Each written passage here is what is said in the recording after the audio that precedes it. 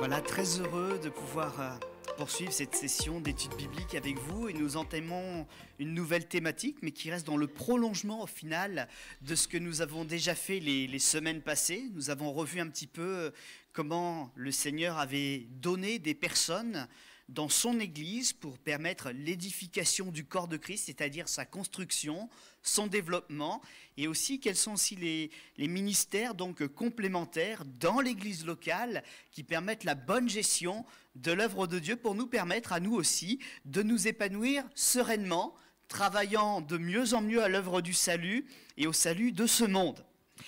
Je vous propose ce soir donc d'aller sur quelque chose de très pratique. Ce sont les dons du Saint-Esprit ou les manifestations du Saint-Esprit qu'il peut y avoir dans des endroits comme celui-ci, là où nous invoquons le Seigneur, là où nous lui demandons d'agir. Eh bien nous le savons et nous le croyons de tout notre cœur, il se manifeste, il se rend accessible, il se rend audible pour que nous puissions bien l'expérimenter et pouvoir déclarer: il est vivant. Notre Seigneur est vivant, il agit, il parle, il a une volonté et il marche à la tête de son peuple. Et je vous propose donc, dans cette pensée-là, de faire une lecture qui se trouve dans 1 Corinthiens, chapitre 12, les versets 1 à 11.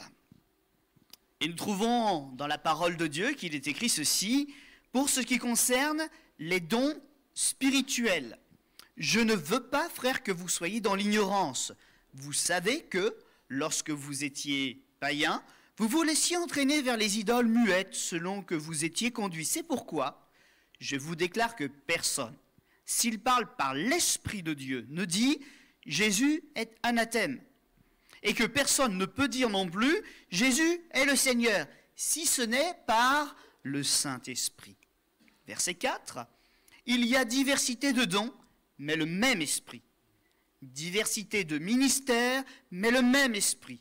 Diversité d'opérations, mais le même Dieu qui opère tout en tous. Or, à chacun la manifestation de l'esprit est donnée pour l'utilité commune.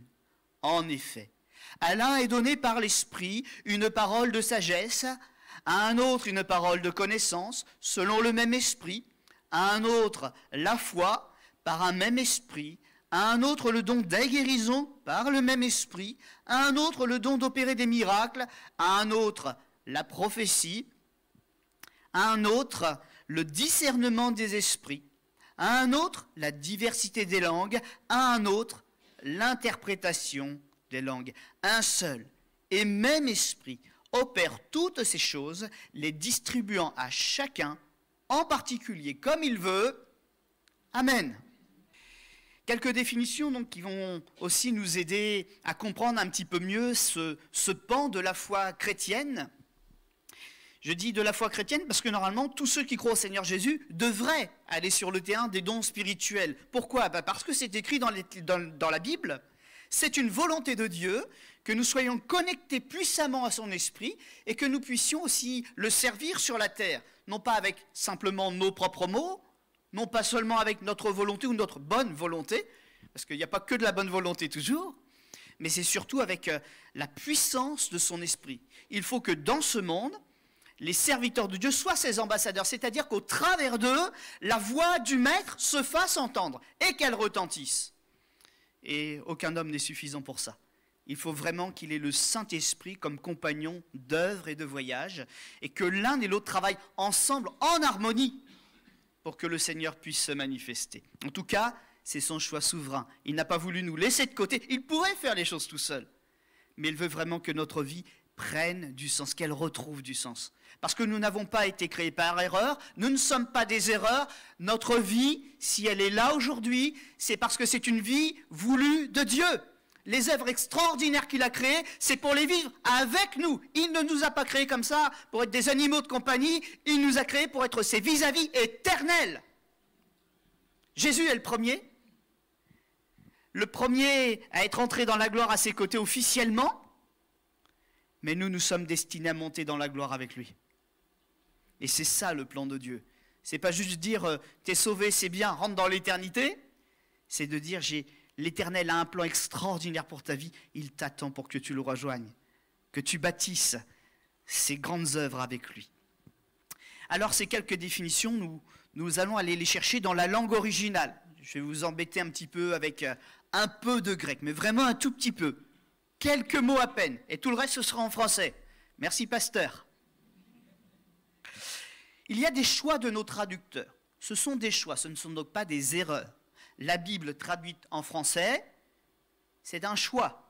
C'est un choix pour nous rendre la parole de Dieu accessible, mais un choix qui reste biblique. Parce que qu'est-ce que le Seigneur a déclaré? Quelle est sa volonté? Que tous les hommes, de toutes les langues, de toutes les nations, de toutes les origines, entendent l'Évangile dans leur propre langue.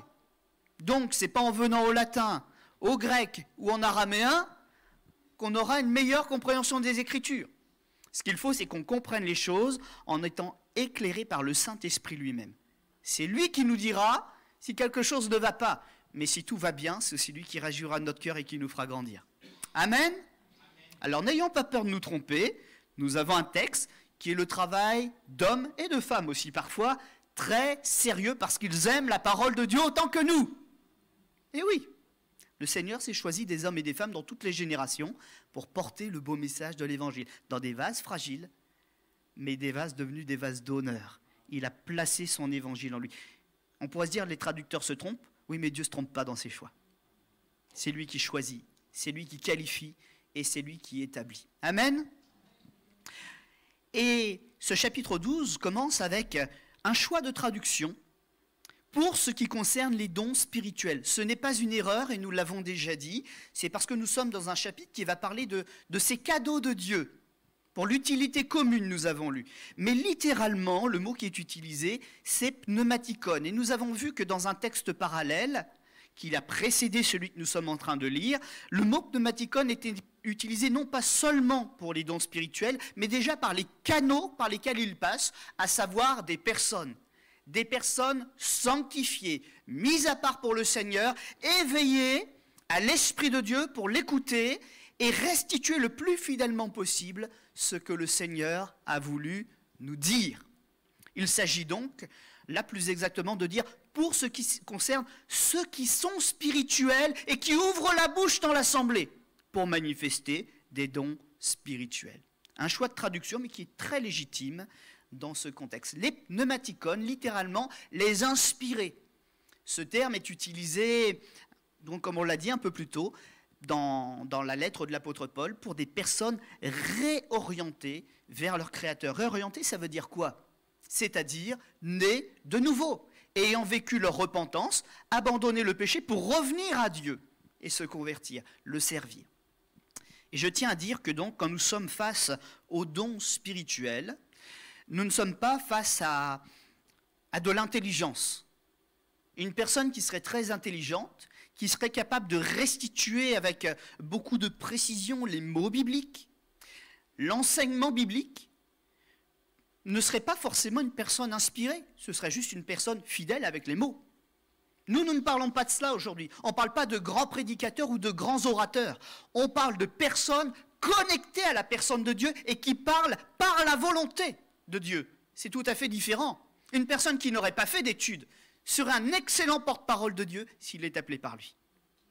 J'en prends pour témoin tous nos amis, nos frères du voyage notamment, dont certains n'ont jamais été sur les bancs de l'école, ne parlent pas bien ou égratignent certaines langues, mais il y a une présence de Dieu, une onction du Saint-Esprit qui fait que les gens tombent à genoux et pleurent sur leurs péchés, reconnaissant que Dieu est là. Nous ne sommes pas dans l'intellectuel. Si vous avez cherché ces dons-là ou cru que vous aviez ces dons-là parce que vous êtes de grands orateurs, peut-être c'est vrai, mais peut-être que vous n'avez pas tout compris. Et malheureusement, certains n'ont pas tout compris. En tout cas, pour moi aujourd'hui, je tiens à vous l'affirmer, ce sont des manifestations du Seigneur lui-même sur des personnes qu'il s'est choisies. Ce n'est donc pas une capacité, ce n'est pas inné, on ne naît pas avec ces dons-là, c'est quand on se convertit en renonçant au péché qu'on peut y accéder. Ce n'est pas intellectuel et ce n'est pas non plus hérité. Et je tiens à insister aussi sur ces choses-là.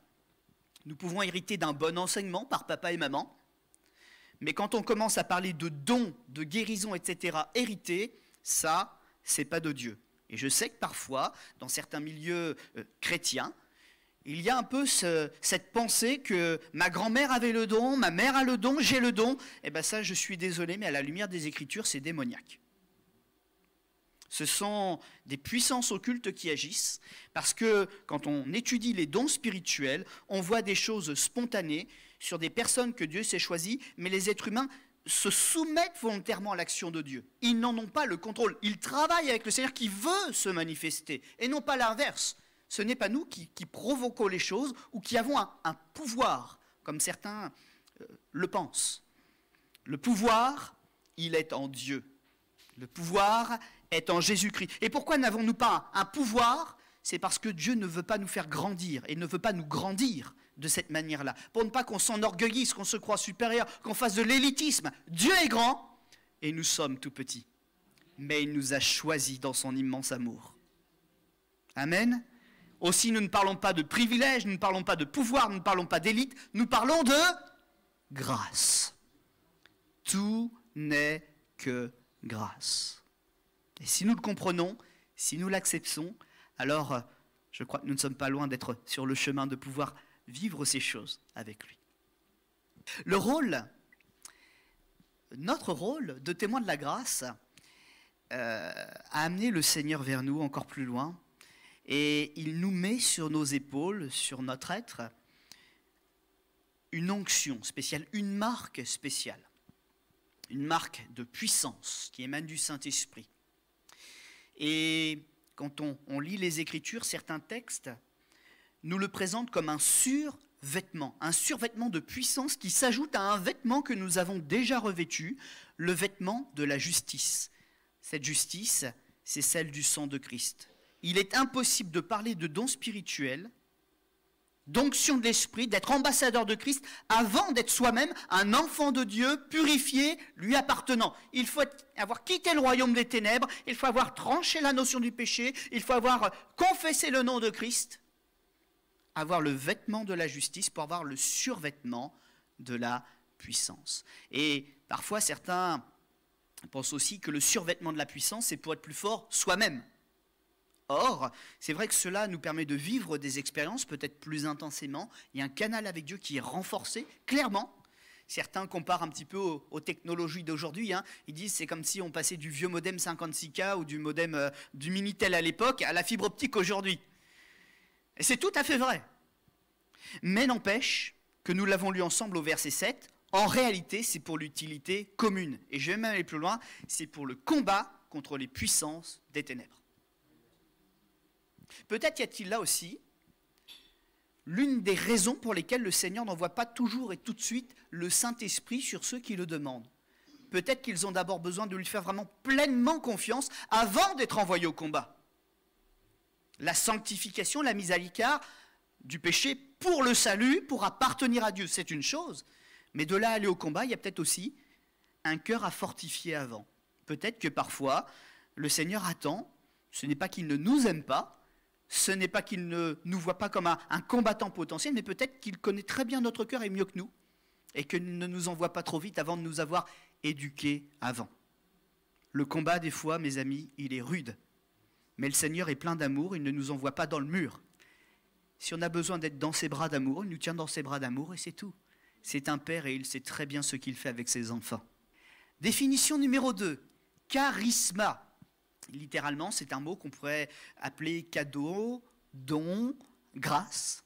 Ce sont des cadeaux de la grâce divine. Ils sont immérités, c'est-à-dire qu'on ne les mérite pas, mais ils sont le fruit de l'amour de Dieu pour l'être humain. Ils sont une démonstration de son désir de nouer une relation avec nous. Certains disent « Ah bah Dieu, s'il existait, il n'y aurait pas des guerres, il n'y aurait pas tout ça. » Mais quand on s'approche de lui, on voit très bien que ce n'est pas Dieu qui crée les guerres. Est-ce que c'est Dieu qui a créé la bombe atomique ? Est-ce que c'est lui qui appuie sur le bouton? Est-ce que c'est lui qui nous dit soit dans l'orgueil et la jalousie ou va conquérir le pays voisin? Non, c'est bien le fruit des hommes ça. Mais quand on arrête d'écouter les mensonges et qu'on se tourne vers Dieu, il nous dit sois un homme de paix, sois une femme de grâce. Je vais t'équiper, ce que tu n'es pas capable de faire, je le ferai avec toi. Et il nous donne ces dons spirituels, une démonstration de son désir de nouer une relation avec nous. Ces dons sont totalement issus de la volonté de Dieu. Nous, on ne peut rien y faire. On peut les réclamer, on peut les rechercher, mais on ne peut pas les déclencher. Ce ne sera pas des dons authentiques. Un jour, j'ai un pasteur qui était un petit peu énervé, qui me parlait, qui me relatait une expérience qu'il avait vécue des années auparavant, mais ça continuait de le faire sourire un peu nerveusement. Il y avait une brave sœur dans son assemblée qui faisait des prophéties, mais qui venait avec son papier et qui avait tout rédigé à l'avance. Alors, bon, il y a peut-être des bonnes choses dedans, hein. Elle a certainement travaillé sa prophétie, hein. Mais effectivement, les dons spirituels, ce ne sont pas des choses artificielles. Elles répondent à un besoin du présent, elles répondent à des choses précises, elles dévoilent les cœurs. Ce n'est pas les êtres humains qui sont capables de les fabriquer artificiellement. C'est vraiment l'action du Seigneur, c'est sa souveraineté qui se manifeste. Et les dons, donc, viennent nous saisir, si on est d'accord. Il n'y a pas de violence, il n'y a pas d'écriture automatique, il n'y a pas de convulsion, il n'y a pas de prise de contrôle de Dieu sur nos vies. La Bible nous dit, l'esprit des prophètes reste soumis aux prophètes. Nous l'avions déjà vu en parlant un petit peu des ministères dons. Mais en tout cas, il y a encore une autre chose, c'est dire aussi qu'ils ne sont pas permanents. Ce n'est pas parce que je prophétise une fois par la grâce de Dieu que je suis devenu un prophète. Comme je le disais aussi, ce n'est pas transmissible. Par contre, il y a quand même une chose que l'on peut dire, peut-être grâce aussi à ces dizaines d'années d'expérience de vie évangélique que nous avons au milieu de nous, et même bientôt un siècle en France des Assemblées de Dieu, c'est que plus j'exerce mon cœur et mon oreille à écouter le Seigneur, plus je cherche les dons spirituels dans l'amour de mon prochain pour le bénir, plus je suis abreuvé de cet esprit, plus je deviens sensible au cœur de Dieu. Et ça devient plus facile de manifester les dons de l'esprit. Puisque le Seigneur et moi, on marche dans le même sens, dans le même amour des âmes à sauver, dans le même combat contre le péché auquel on n'a pas juste renoncé, mais que vraiment on est désormais. Il y a de moins en moins d'obstacles à ce que le Seigneur et nous, on puisse parler la même langue. Amen. Et ça, c'est vrai que c'est pas un enseignement purement biblique, mais dans la pratique, on le voit très souvent. Et je vous avais même fait cette remarque, ayant personnellement aussi quelques années d'expérience, les langues spirituelles, notamment, eh bien, plus on est proche de Dieu, plus on s'exprime devant Dieu, plus elles s'enrichissent. Ce sont de vraies langues qui permettent à notre cœur de se libérer. Toutefois, la recherche du contact avec le Seigneur et l'état de cœur embrassant sa volonté, donc, ça nous conduit à pouvoir donc découvrir, à exprimer les pensées de l'Éternel, et même à être temporairement ce canal de puissance pour bénir. Un troisième mot, phanérosis. Oh, le gros mot, celui-là. J'ai eu du mal à le retenir, il m'a fallu quelques mois au début. Phanérosis, c'est l'aboutissement du don spirituel dans la démarche. Le cœur de Dieu s'ouvre, mon esprit est connecté au Seigneur, je reçois la pensée de Dieu ou la puissance de Dieu, selon le type de don et l'action que le Seigneur veut faire. Mais on ne parle de don spirituel qu'au moment où ça sort de moi, où ça sort du canal, où ça devient visible, ostensible pour les gens, c'est-à-dire expérimentable. Et c'est seulement à partir de là que l'on parle de don spirituel.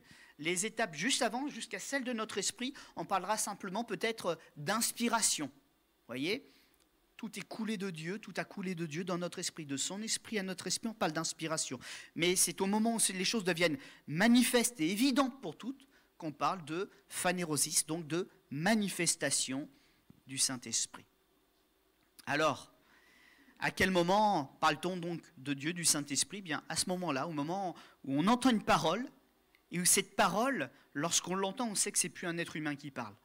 On a vraiment cette marque de Dieu, cette autorité du Seigneur qui va régler la situation, qui va dévoiler le péché, qui va mettre en évidence quelque chose dont on est obligé de dire « le Seigneur a parlé ». J'étais un jour dans une église qui s'est bien développée depuis, à table avec des amis en train de préparer différentes choses, on était en train de manger, et puis on parlait des jeunes dont on s'occupait, etc. Et je ne vais pas donner les détails de la conversation, c'était pas une conversation banale, c'était une conversation de chrétiens qui travaillent.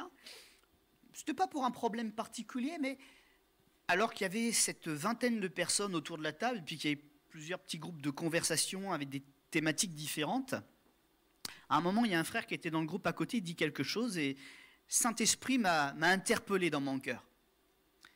Ce n'était pas pour contredire le frère, hein, mais une parole de Dieu qui est venue, c'était une parole de sagesse. Et lui qui avait un problème, qui disait à ses amis en face de lui, mais je ne sais pas comment on va faire, cette parole, elle est venue. Et sur cette vingtaine de personnes sur une table qui était tout en longueur, à l'instant même, tout le monde s'est tu. Et on a entendu la voix de Dieu régler le problème. Et ça a mis tout le monde d'accord, dans une paix, dans une puissance et dans une douceur. Et pas besoin de taper du poing sur la table. La parole, je l'ai dit tout simplement aux frères. Hein, et ça a mis un ordre tout autour de la table. C'était extraordinaire, le ciel sur la terre. Dieu parle encore aujourd'hui. Amen. Alors ne nous privons pas d'écouter sa voix. Ne méprisons pas les dons du Saint-Esprit. Ne méprisons pas, comme dit le texte de Thessaloniciens, la prophétie. Et s'il y a parfois des canaux imparfaits, dont je fais partie, retenons le meilleur. Retenons le meilleur. Le vrai don spirituel s'accomplit toujours, mais c'est vrai qu'il y a peut-être un peu parfois l'imperfection de la langue que l'on utilise ou de la personne qui l'apporte. Néanmoins, si le Seigneur a parlé, la marque de Dieu sera bien là. Et puis je le disais, la seule chose qui finalement est au contrôle de l'être humain, c'est d'accepter ou d'arrêter la manifestation du Saint-Esprit. Il y a dans le texte que nous avons lu, notamment dans les versets 8, 9 et 10, 9 dons qui sont cités. Alors je vais tout de suite faire une petite digression sur cette notion. Est-ce que ça veut dire qu'il n'existe que 9 dons ? Je crois que l'apôtre Paul, il a surtout voulu cadrer la façon dont le Saint-Esprit se manifeste au milieu de nous. Parce que, encore une fois, par expérience, je sais qu'il peut y avoir des paroles de sagesse, des paroles de connaissance, mais je sais que là, par exemple, c'est marqué le don des guérisons, vous voyez ? Mais je sais que parfois, sans dire un mot, sans une parole, il peut y avoir simplement une main posée, la puissance de Dieu qui passe.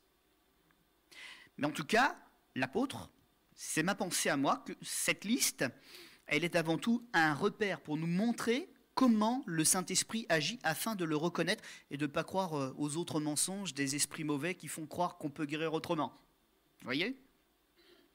En tout cas, il y a 9 choses que nous pouvons voir ensemble ce soir, et nous pouvons même aller un petit peu plus loin. Je parlais de tout ça tout à l'heure que nous avions tous la capacité à une certaine, une certaine sensibilité au Saint-Esprit. Et c'est vrai que celui qui a l'habitude de prophétiser, je dis l'habitude, c'est une façon de parler, hein, en tout cas qui a cette sensibilité, il va prophétiser plus souvent.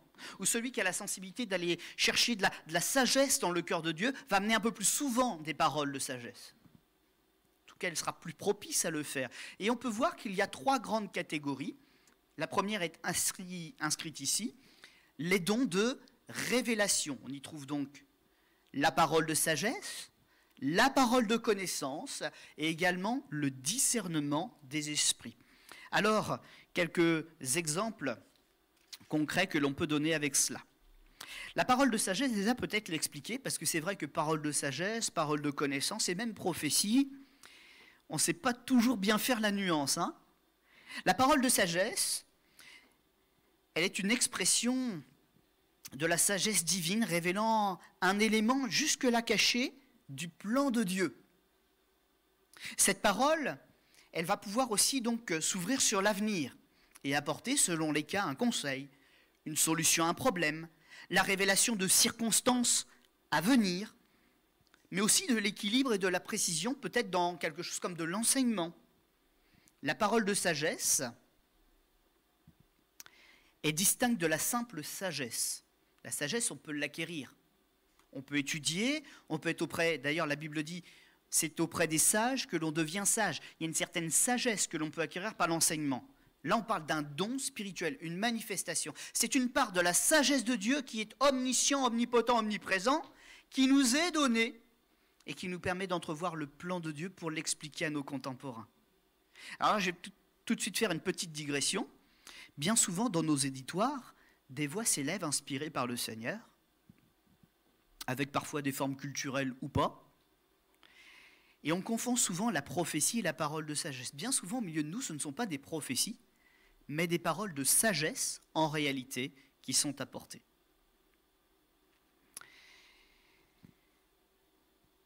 nous retrouvons, par exemple, de ces paroles de sagesse dans des textes comme Actes chapitre 11, versets 27 à 29, une parole prononcée pour anticiper notamment une famine. Dieu disait, ou a annoncé par le prophète, les paroles, le frère avec le ministère de prophète, parce qu'il ne faut pas que je me trompe, ce n'est pas une prophétie, je viens de dire que c'est une parole de sagesse, qu'il allait y avoir une grande famine, et la parole de sagesse accompagnait, qu'il fallait faire des réserves et se tenir prêt. Et il y a une chose particulière sur les dons spirituels. Ils peuvent dévoiler des choses terribles et des péchés terribles, même au milieu de nous, même au milieu de l'Église. Mais le vrai don spirituel, il est toujours accompagné de la parole de grâce et de délivrance, parce que le premier élan de Dieu n'est pas de condamner, c'est de sauver. Et c'est pour ça que parfois, c'est personnel, hein. J'ai un peu du mal avec ceux qui se disent prophètes apocalyptiques. Hein. La fin du monde, les péchés, etc. C'est vrai, j'ai le même discours. Mais le discours est censé être assaisonné de la grâce qui dit « Mais Jésus ne t'a pas rejeté, reviens à lui ». Et souvent, dans ces discours apocalyptiques, ça disparaît, ça. On a l'impression qu'il faut taper sur les doigts pour que ça avance. Mais Jésus, il est mort à la croix pour qu'on ne se fasse pas taper sur les doigts. Ça ne veut pas dire qu'il ne dit pas où est notre péché, ça ne dit pas qu'il ne dit pas qu'on ne se repente pas, mais il nous attire à lui, en nous faisant comprendre notre erreur et en nous disant « Mais je veux la redresser avec toi ». Il l'a fait avec Caïn, hein. Relève ta tête. Parole de connaissance. Elle dévoile une situation, là aussi cachée, atteste une vérité biblique, ou confronte une personne à ce qui est dans son cœur. Cette parole est puisée dans la connaissance de Dieu lui-même. L'esprit, qui peut aussi dévoiler ou rappeler des œuvres, des circonstances et même des paroles de notre passé. Dieu sait ce qui s'est passé et ce que nous sommes en train de vivre, c'est ça que ça veut dire. Par exemple, nous pourrions aussi le trouver dans le mensonge d'Ananias, qui est en train de tenter Pierre, après, dans le lieu de culte où ils sont réunis. Et Pierre, il est là, il ne sait pas, lui, humainement parlant, ce qui s'est passé avec cette vente de champs. On vient lui dire un mensonge. On dit qu'on a tout donné, alors qu'on a donné que la moitié. C'est pas ça le péché, hein. Ils avaient le droit de garder la part qu'ils voulaient garder, c'était leur vente. Lui et sa femme, Ananias et Saphira. Mais ils ont voulu mentir. Et ça, le Saint-Esprit l'a senti, il s'est agité. C'est au Saint-Esprit que vous avez menti. Mais le Saint-Esprit l'a quand même dit à Pierre. Hein. Et Pierre a su ce qui avait été fait, ce qui s'est passé, et encore ce que le Seigneur allait faire. On ne peut pas tenter le Seigneur. Enfin, on peut tenter, hein. Mais bon, vaut mieux éviter. Le discernement des esprits. Le discernement dont il est question est du domaine surnaturel. Alors c'est vrai c'est pareil, là aussi, la frontière, elle est parfois fine avec les sens que nous avons, entre une personne qui est fine dans son analyse, vous savez, une personne qui analyse bien les profils, les physiques, les relations, enfin les expressions physiques, vous voyez. La frontière, elle est fine entre ça et celui qui n'est pas du tout doué pour ça, mais vraiment que le Saint-Esprit parle à son cœur et lui dit c'est comme ça. Il y en a un, c'est naturel, c'est un don naturel peut-être, mais l'autre est vraiment du Saint-Esprit. Nous ne parlons pas du premier, nous parlons bien du deuxième ce soir. Domaine surnaturel, il ne s'agit pas d'une intuition, hein. Il s'agit vraiment d'une révélation. Et alors même qu'on nous parle, alors même que l'on voit une situation, on sait exactement, parce que le Seigneur nous montre, quel esprit est à l'œuvre. J'ai l'habitude de dire qu'il y a 3 types d'esprits auxquels nous pouvons être confrontés. Est-ce que vous les connaissez? C'est facile. Je vous pose une question facile ce soir. Quels sont les 3 types d'esprits que nous rencontrons? Alors les esprits mauvais, on va dire même, on va aller un peu plus loin, on va prendre les bons et les mauvais, on va prendre les esprits angéliques, les anges. Démons ou anges qui ont gardé leur dignité, les anges, l'esprit angélique. Quel autre esprit on peut rencontrer? On est toujours dans l'esprit démoniaque. Regardez à côté de vous, là, sur la chaise d'à côté, c'est quoi? C'est qui? Un être humain. L'esprit des hommes. Deuxième catégorie d'esprits qui peuvent parler, qui ont une volonté. Et puis le troisième, bien évidemment, on est dans une église, c'est qui le troisième esprit qui peut s'adresser à nous? Ben, l'esprit du Seigneur, bien sûr. Voilà donc les trois grandes catégories que nous pouvons trouver. Et il peut arriver, et il peut vous arriver, alors que vous êtes en mission pour le Seigneur, d'être sur un chemin, sur une route, dans votre famille ou à la maison, et puis qu'il vous apparaisse de manière presque visible la nature, la source de ce qui vous est partagé. Il m'est arrivé, par exemple, de croiser une personne, de la voir assise sur un côté ou en train de marcher dans la rue, et puis d'être attiré vers elle parce qu'il y avait comme une clarté autour d'elle. D'aller trouver cette personne et de réaliser que le Saint-Esprit était en train de travailler son cœur. Et quand j'ai dit, bah, écoutez, excusez-moi de vous interpeller, de vous embêter, puis je garde la distance, hein, j'essaie d'être accessible, puis pas gêner les gens quand je fais ça. Mais je dis, mais écoutez, je suis chrétien et j'ai vraiment l'impression que je dois vous dire quelque chose de la part de Dieu. Et la personne me dit, bah, justement, j'étais en train de prier. Vous voyez, discernement des esprits. Ou alors, d'entendre un message, un prédicateur, ou de lire un texte et de dire, intellectuellement, c'est très bien, c'est juste, c'est même mieux que ce que je fais. Mais de dire, mais l'Esprit de Dieu, il n'est pas dans la conduite de ce qui se passe. Et de voir non pas la présence de Dieu, mais l'absence de Dieu. Ça peut arriver, hein. On le voit dans Job. C'est aussi une expérience qui est arrivée, hein. Les amis, ils parlent à propos, ils disent des bonnes paroles qui pourraient être sorties de la bouche de Dieu. Peut-être même Dieu un jour l'a dit, ça. Mais ce n'était pas le temps de Dieu, ce n'était pas à propos, ce n'était pas l'esprit qui guidait. C'était un autre esprit, bien présent, qui était là en filigrane, qui parlait à l'oreille, qui était invisible. Et on sait qu'il est là parce que le chapitre commence avec lui. Où étais-tu, Satan? En train de parcourir la terre et de m'y promener. On pourrait en donner un autre exemple que Job, hein, toujours en restant sous la grâce. D'ailleurs, je vous encourage à lire et à prendre le temps d'étudier le livre des Actes des Apôtres, Actes 16, 18 par exemple. L'apôtre Paul, il a eu des petits soucis avec ça. Heureusement qu'il y a le discernement des esprits. Il était dans une mission d'évangélisation. Il était en train de prêcher l'évangile et il y avait une femme zélée qui le suivait en disant « Venez écouter la voix du salut !» ou « une voix du salut !» On aurait pu dire « Super, la pub, génial !» C'est une femme du coin, elle nous aide, elle va rameuter tout le quartier. Ouais, sauf qu'elle était possédée, puis le mot était juste, c'était une voix du salut, parmi les milliers d'autres idoles qui étaient là. C'était pas ça le bon discours. C'était un discours presque juste, mais comme le diable fait si bien, il n'était pas juste. Il y avait un mot qui n'était pas à sa place. C'était la seule et unique voie de salut. Et il fallait l'expérimenter. Don des langues. Alors, tout de suite, la petite nuance, il n'est pas question du parler en langue que l'on appelle la glossolalie. Là, on parle bien d'une manifestation spontanée dans le cadre de la mission qui nous est donnée. La glossolalie, le parler en langue qu'on entend chez les pentecôtistes, c'est un cadeau de Dieu, mais qui est un cadeau permanent pour l'édification personnelle. C'est pour dire à Dieu tout ce qui ne va pas ou tout ce qui va bien, mais j'allais dire un petit peu en gardant l'expression de tout à l'heure, dans un canal sécurisé, c'est entre Dieu et nous, et personne ne peut interférer. Et c'est le seul don de cette nature-là que le Seigneur nous a donné, sur lequel nous ayons le plein contrôle, parce que c'est pour nous, ce n'est pas pour les autres. Mais quand on est face à celui-ci, le don des langues, c'est dans le cadre de l'évangélisation.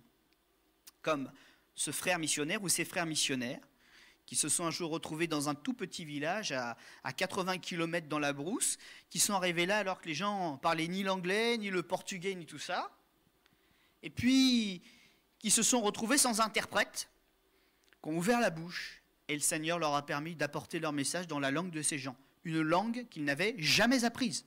C'est la seule fois de leur vie, c'était la dernière fois de leur vie, mais le Seigneur a parlé au travers d'eux. Gloire au Seigneur. Ou comme cette fois, dans l'église dont je suis originaire, où une personne a entendu dans un dialecte de Russie, un petit dialecte de la campagne, l'évangile dans sa propre langue au travers d'un don spirituel donné au milieu de l'assemblée. Il n'y a pas eu d'interprétation de ce qui a été dit dans cette langue-là ce jour-là, mais la personne, quand elle est sortie, elle a rattrapé l'autre dans la rue en disant « Mais vous êtes du même village que moi, c'est le dialecte de mon village. C'est même pas le dialecte de la région, c'est celui du village. » Et dire, mais non, j'ai été saisi par l'Esprit pour dire cela, je ne sais pas du tout ce que j'ai dit. Eh bien, moi, je vais vous le dire. Il lui a traduit Tout ce qu'il lui avait dit, c'était l'évangile et c'était toute la vie de cette femme qui était dévoilée. Que le Seigneur soit loué. C'est pour ça que j'ai mis la petite nuance, parce que certains aussi font la confusion avec les choses naturelles. Des fois, comme je vous disais, la frontière est fine, hein. Ces gens qui, en quelques semaines, arrivent à facilement parler des langues étrangères, vous savez, une grande facilité, presque surnaturelle. Mais ce n'est pas le spontané, l'immédiat de Dieu. C'est un don, certainement, mais ce n'est pas un de ces dons dont nous parlons ce soir. Le don suivant, le don d'interpréter, ce n'est pas le don de traduire. Et là aussi, je mets une nuance, parce que certains ont l'impression qu'il faudrait que ce soit du mot à mot, etc. On entend un parler en langue, on entend quelque chose, et on se rend compte que le nombre de syllabes ou la longueur de ce qui est dit après en français, pour nous, n'est pas du tout pareil. C'est parce qu'on n'est pas dans une traduction, on est dans une interprétation. C'est-à-dire que l'inspiration nous permet d'exprimer dans notre langue, dans notre dialecte, dans notre culture, ce qui a été dit par les langues de l'esprit un peu avant. La prophétie, et alors là, on fait effectivement, donc comme je le disais tout à l'heure, attention à la confusion des termes dans ce que nous disons. Bon, après, c'est pas bien grave, hein. Il ne s'agit plus, comme dans l'Ancien Testament, d'annoncer des mystères cachés de Dieu pour guider le peuple. En Christ, les projets de Dieu ont déjà été révélés. Les dons de prophétie dans l'Église ont la même vocation que tous les autres dons dont nous venons de parler. Il s'agit de bâtir, de consolider, de consoler et puis d'enseigner l'Église du Seigneur Jésus. On n'est donc pas là avec des paroles de condamnation, des paroles de jugement, ce serait plutôt des dons spontanés, de paroles de connaissance ou de sagesse pour cela. Et ce don a parfois été reçu par les auditeurs comme, comment dire, infaillible. Certains pensent que quand on parle de prophétie, il y a zéro défaut dedans. Or là, nous ne sommes pas comme dans l'Ancien Testament, nous ne sommes pas avec non plus forcément les mêmes niveaux d'onction, les mêmes prérogatives, mais spontanément, n'importe quel frère, n'importe quelle sœur de l'auditoire, selon que le Seigneur veut le faire, peut accorder de parler au travers de nous. Il y a une petite pratique qui n'est pas toujours très équilibrée. Encore une fois, ce n'est pas grave, mais qui n'est pas toujours très équilibrée. Il est arrivé souvent dans les églises que quelques-uns se mettent à parler en langue et puis que tout le monde attende un peu ce que ça veut dire. En disant, c'est une prophétie, il faut interpréter, il faut interpréter, il faut interpréter. Et effectivement, généralement, dans la discipline collective, le pasteur ou l'un des anciens vient sur le devant si les choses ne se sont pas débloquées d'elles-mêmes et disent il faut maintenant que quelqu'un qui a reçu le don d'interprétation interprète cette parole. Et bien souvent, qu'est-ce que nous avons comme surprise ? C'est que c'est une parole de louange et d'adoration. Et ce n'est pas forcément à traduire, ce n'est pas une prophétie pour l'Église. C'est tout simplement quelqu'un qui a exprimé sa joie d'appartenir au Seigneur ou ses merveilles extraordinaires. Et là, vous voyez, on est dans une pratique qui n'est pas tout à fait bonne. Ça, plutôt, c'est une personne qui aurait dû le faire à la maison. Elle aurait dû louer le Seigneur, vous voyez. Comme l'apôtre Paul disait, je préfère donner une parole qui est bien compréhensible pour que tout le monde la comprenne plutôt que 1000 paroles en langue, parce que ça, c'était pour moi, en fait. Hein. Et je parle en langue plus que vous tous, disait même l'apôtre Paul. Donc là, on est dans des petits défauts de discipline. Mais encore une fois, pas des choses graves. Le don de foi. C'est un don qui est très intéressant, mais c'est vrai qu'on a bien aussi souvent du mal avec ce don-là, parce qu'on ne sait pas très bien à quoi ça ressemble, hein, le don de la foi. Mais on peut prendre une explication qui devrait nous éclairer davantage. En gros, c'est de dire que dans mon épreuve, dans ma souffrance, dans mon combat, dans ce que je vis des fois, je suis quand même au bout de la mesure de foi qui est la mienne. On n'est que des hommes, on ne peut pas tout porter. Et c'est vrai que des fois, l'adversaire se déchaîne aussi. Où il y a des situations qui arrivent dans notre vie qui fait que tout seul, on ne peut pas y arriver. Mais gloire au Seigneur, lui ne nous quitte pas. Et si on manque de foi, il nous offre une part de sa foi pour surmonter l'épreuve. Et il nous permet de voir au-dessus des montagnes, comme lui voit au-dessus des montagnes, au-dessus des épreuves, comme lui-même vole au-dessus des épreuves. Et peut-être que ça vous est arrivé, moi ça m'est arrivé, et j'ai même eu la joie d'en bénéficier, alors qu'il pourrait y avoir un esprit de mort et de défaite, d'être tellement porté haut dans le ciel et à côté du Seigneur, qu'on ne souffre même pas de l'épreuve et qu'on la survole comme si elle n'avait jamais eu lieu. Je me rappelle une des dernières inhumations où j'ai participé dans l'église dont je suis originaire, une sœur bien ancrée dans la foi, une vaillante là, qui enterrait l'homme de sa vie. Ils avaient marché tous les deux côte à côte dans le Seigneur pendant des dizaines et des dizaines d'années. C'était des piliers de l'église. Et à l'inhumation, bien sûr, elle a eu sa petite larme, il fallait dire au revoir, mais elle portait l'auditoire de 300 ou 400 personnes qui étaient là par sa foi, encourageant les autres, leur disant c'est qu'une séparation, mais on se retrouve là. C'est qu'une séparation, elle consolait ses enfants, elle consolait ses petits-enfants, ses arrière-petits-enfants, les gens qui étaient venus visiter. Quelle foi extraordinaire. Mais parce qu'elle était connectée au Seigneur, et quand il y avait des épreuves comme ça, elle savait très bien lui laisser le contrôle. Et elle était comme portée par le Seigneur. Et elle l'a encore, hein. Elle continue. Une combattante de Dieu qui a tout compris au don de l'Esprit. Et elle a compris que ça ne sert à rien de se battre. Il faut s'abandonner au Seigneur. Et c'est là qu'on est vainqueur. Ma grâce te suffit. Amen. Paul, durant son naufrage, acte 27, versets 22 à 25. Maintenant, je vous exhorte à prendre courage. Personne où il n'y aura de vous, personne qui ne périra, il n'y aura qu'une perte du navire. Ça, c'est une parole de foi. Hein. Ils sont en pleine tempête, ils sont en train de se dire tout le monde va mourir, tout le monde va mourir, tout le monde va mourir. Personne ne va mourir, le Seigneur est aux commandes. Restez calme, personne ne va mourir. Et qu'est-ce qui s'est passé? Personne n'est mort. Bon, il y en a un qui s'est fait mordre par un serpent. C'était lui.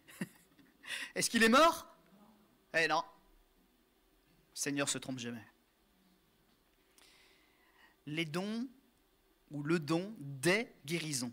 Alors c'est normal que ce soit au pluriel, il ne faut pas aller chercher l'explication très très loin. Comment sommes-nous constitués? Esprit, âme et corps. Et effectivement, chacune des trois parties dont nous sommes composés peuvent subir des maladies, peuvent subir des handicaps, des blessures, des meurtrissures.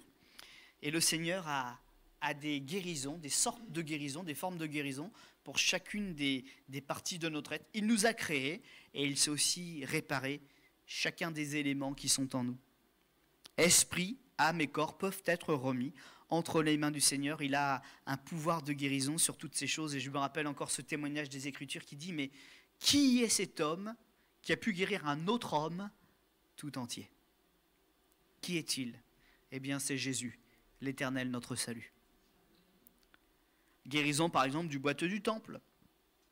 Acte 4, verset 10. « Sachez-le tous, et que tout le peuple d'Israël le sache, c'est par le nom de Jésus-Christ de Nazareth que vous avez crucifié et que Dieu a ressuscité des morts. C'est par lui que cet homme se présente devant vous en pleine santé. » Et le petit dernier, opération des miracles, ou le don des miracles. Le don des miracles, eh bien, ce sont des actes de la souveraineté divine qui vont même aller jusqu'à infléchir le cours naturel des choses. Les tempêtes apaisées, pas très naturel, hein? Seigneur qui menace le vent s'arrête. Alors est-ce que c'est l'autorité divine? Est-ce qu'il était tout simplement soumis comme un serviteur, se recommandant à la volonté du Père? Mais par exemple, il nous est relaté que des miracles de cette nature-là accompagnaient la prédication, par exemple, de l'apôtre Paul. Acte 19, et Dieu faisait des miracles extraordinaires par les mains de l'apôtre Paul, tout simplement. Des choses qui ne sont pas très naturelles, on en voit tout au long de l'Écriture, qui pourraient très bien rejoindre cette définition. Un serviteur qui avait emprunté un outil à quelqu'un, un outil précieux parce que c'était du fer et qu'on n'avait quasiment ni armes ni outils dans le pays parce que les ennemis les avaient confisqués en s'emparant du territoire. Et cet homme-là était bien embêté parce que le fer qu'il avait emprunté, qui était si rare, il était tombé à l'eau. Alors qu'est-ce qu'on fait? On pleure, on se lamente, et puis une fois qu'on a fait tout ça puis qu'on n'a pas de solution, on va voir le pasteur. Amen quand même. Alors, serviteur, il fait ce que, non pas un acte de magie, hein, mais ce que le Seigneur lui a dit de faire, parce qu'il avait là un miracle, un symbole très particulier, un signe de la souveraineté de Dieu. C'était pas un truc bizarre, hein, c'était pas du mysticisme, mais c'était un symbole très fort qui en appelait à Christ qui devait venir plus tard. Et le fer, cette pièce si lourde, elle a su renager et les remonter. Et on a pu s'en saisir. Amen. Un Dieu qui infléchit même le courant des règles naturelles. Pourquoi ? Parce qu'il est Dieu et souverain. Lui seul a le pouvoir de contrôler tous les éléments et toute la création. Il est le créateur, il a tous les droits sur sa création. Je vous relaterai peut-être simplement une expérience qui n'est pas de cette nature-là. Je ne sais pas pourquoi je le dis, certainement une parole du Seigneur d'ailleurs. Un jour, il m'est arrivé quelque chose. J'étais avec une amie, on était partis pour faire de l'évangélisation, on était en covoiturage. Et ma voiture a fait des siennes dans une pente très forte. Et la voiture ne repartait absolument pas. Et à chaque fois que j'essayais de repartir, la voiture allait en arrière, vous voyez. Je ne pouvais plus du tout aller dans la bonne direction. Et à ce moment-là, il y avait une telle circulation que ça se jouait à quelques centimètres, j'allais forcément taper la voiture de derrière. Alors je m'étais arrêté, je m'étais excusé, mais personne ne pouvait reculer pour me laisser un peu de place, ou on ne pouvait rien faire. Et le monsieur derrière moi est sorti de sa voiture, et puis il m'a dit « Allez-y, tapez ma voiture ». Mais franchement, s'il faut, on le fait, faites-le. Mais il a dit que ça, en plus avec une langue étrangère. C'était même pas, j'allais dire, c'est pas un français. Mais je sais pas, quand je l'ai vu, je crois que c'était un ange.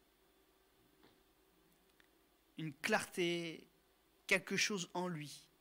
Je ne l'ai pas dit à l'ami avec qui j'étais parti travailler pour le Seigneur, mais il y avait quelque chose qui m'avait marqué. Pas dans le fait qu'il ait été gentil avec moi, hein, mais j'ai vu quelque chose sur lui, de très spécial. Et ça me rappelle aussi ce texte de l'Écriture qui dit « Mais exercez l'hospitalité », parce que qui sait s'il ne va pas héberger un ange sans le savoir. Les anges aussi sont là. Et nous ne sommes pas seuls. Toute la puissance de Dieu est au service de ceux qui doivent hériter du salut.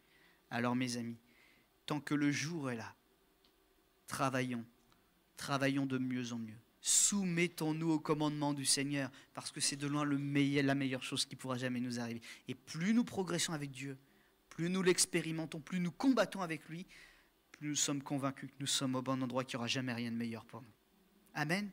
Si vous avez boudé les dons du Saint-Esprit, si vous avez souffert de mauvaises pratiques, de manque de discipline ou d'excès, ou que vous avez été victime de mauvaises paroles, venez aussi chercher la guérison dans les mains du Seigneur. Venez la chercher, il vous l'accordera ce soir. Voilà donc les thèmes à venir. Alors je ne ferai peut-être pas dans l'ordre exact là, mais en tout cas au niveau des thématiques que nous allons aborder, la personne du Saint-Esprit, avec notamment sa divinité, sa volonté, sa mission, parce que quitte à travailler avec lui, autant le connaître un petit peu mieux, ça peut être pas mal.